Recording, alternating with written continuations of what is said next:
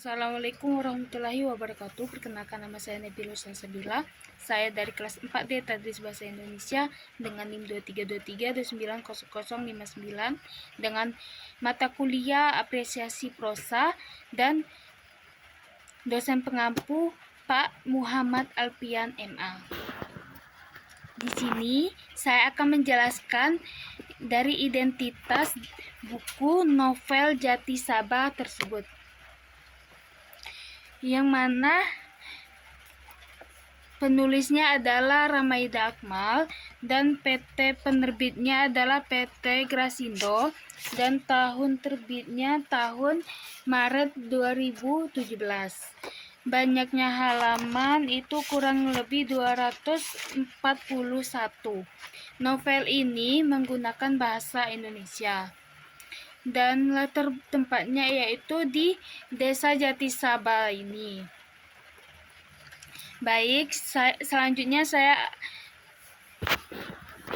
Selanjutnya itu adalah tokoh penting dan tokoh utama yang ada di dalam Jati Sabah.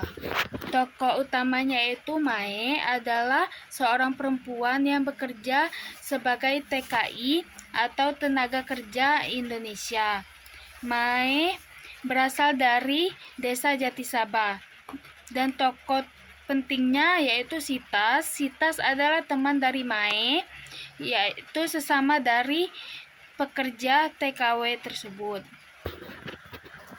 Dan selanjutnya ada Gao. Gao adalah cinta pertama dari Mae.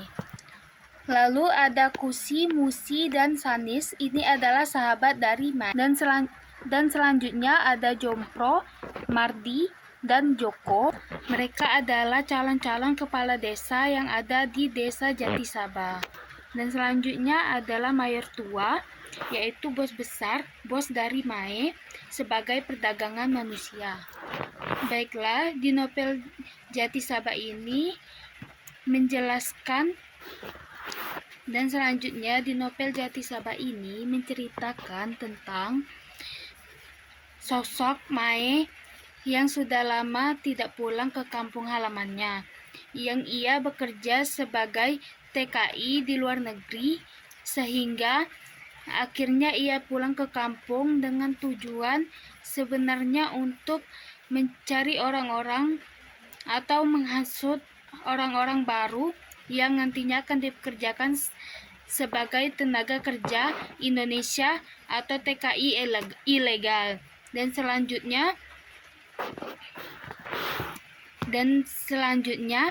ada kampanye gelap atau kampanye hitam, yaitu konflik politik desa terutama menjelang pilkades juga menjadi sorotan dengan praktik seperti kampanye hitam dan politik uang. Dan selanjutnya ada sosok mayor tua, adalah bos dari Mae yang memaksa Mae untuk mencari orang-orang atau korban untuk dikorbankan menjadi TKI ilegal tersebut. Nah, singkatnya, di dalam novel Jati Sabah ini adalah mengangkat isu dari perdagangan manusia, kemiskinan, kampanye gelap, dan politik uang.